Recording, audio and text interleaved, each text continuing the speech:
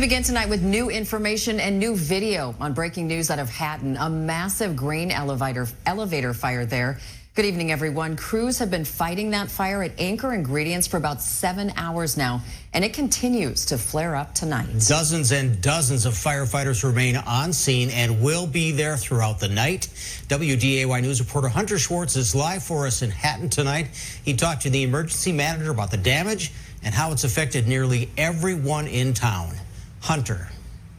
Dana, Kirsten, as you can see behind me, there are still plenty of firefighters that have been here for hours continuing to fight this fire at the grain elevator. There were 2 grain elevators at Anchor Ingredients that caught on fire. The first one fell under a controlled collapse thanks to these firefighters, but that also caused the second grain elevator, as you can see behind me, to ignite. I spoke with the Trail County Assistant Emergency Manager, who tells me at one point there were over 100 first responders here at the scene. He also says that they could be continuing to fight this fire potentially into tomorrow morning.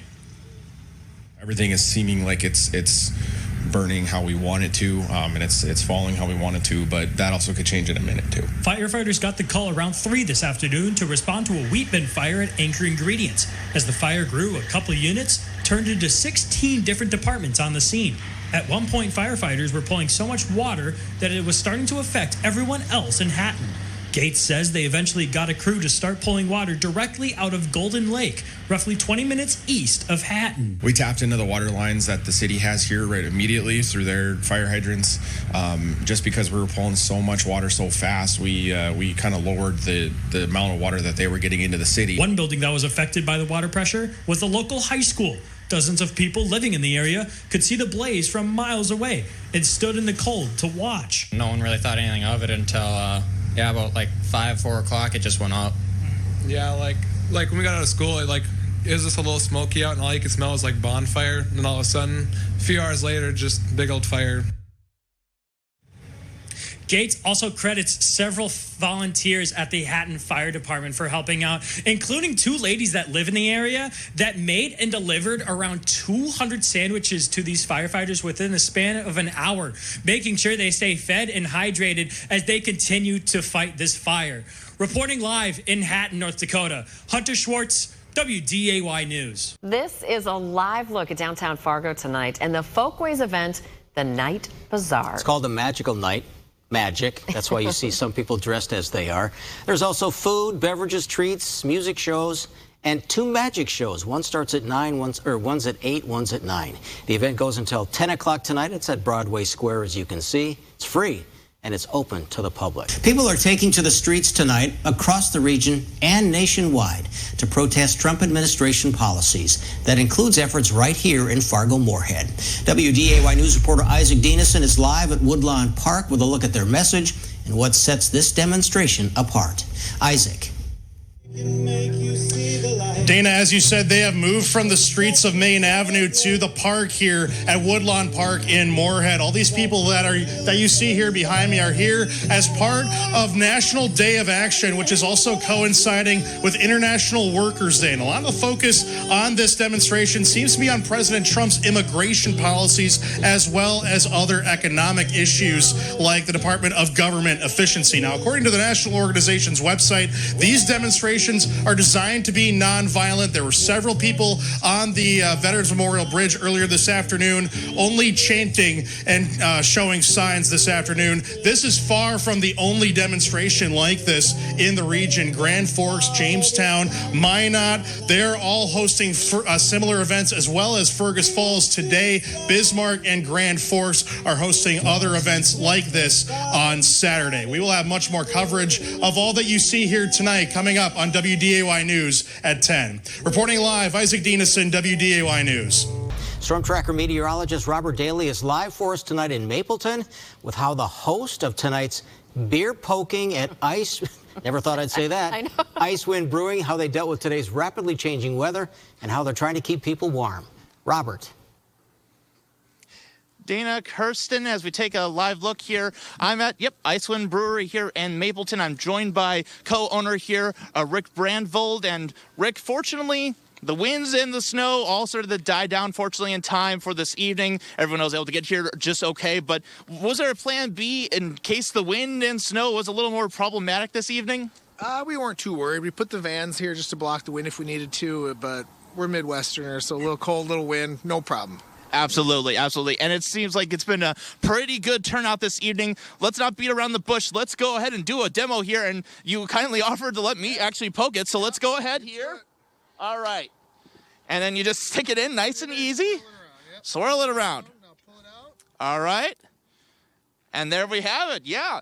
And like you said, if you keep doing it a little longer, obviously the foam will be an issue and it'll just boil over. So, all right. Yeah.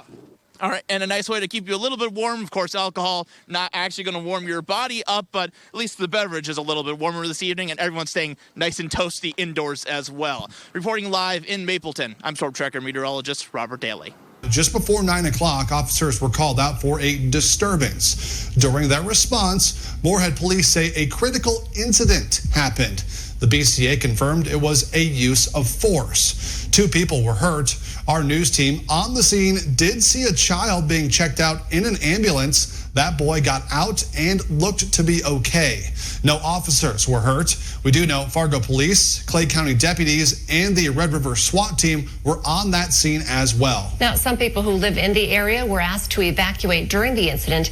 Both Moorhead PD and the city took to Facebook right around 11:30 last night, asking people to avoid the area.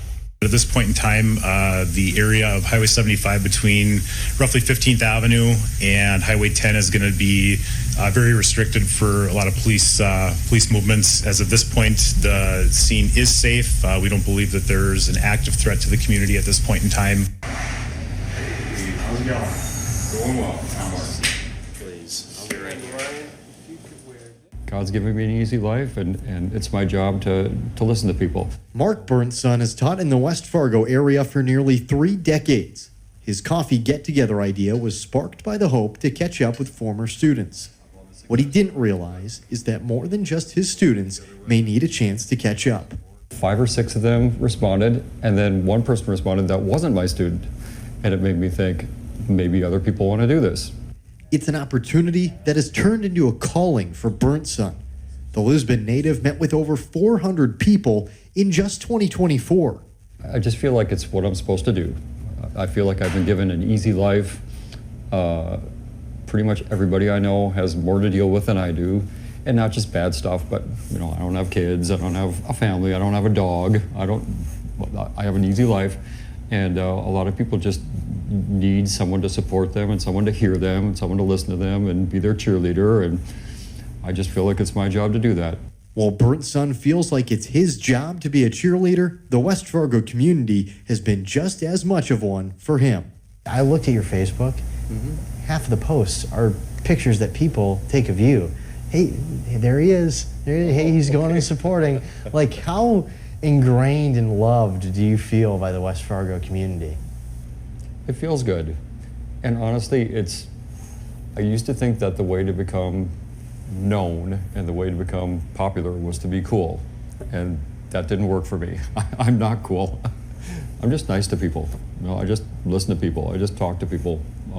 When I walk through the halls at either of my schools, I'm looking at the people coming toward me, and if they look at me, they're getting a high.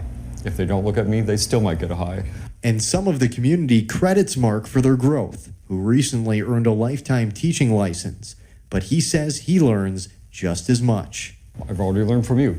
I learn from every person I meet, and if you just button your lip for a few minutes, you're going to learn something, and I've just gotten good at that. But however life goes for folks, Mark will be there, win or lose.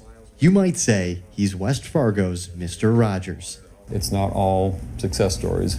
I love the success stories, but the people I get together with and try to support, I love them when they don't do well too. I want to support that too. I'm proud of them no matter what, especially the ones I used to teach. Reporting in Fargo, Ryan McNamara, WDAY News.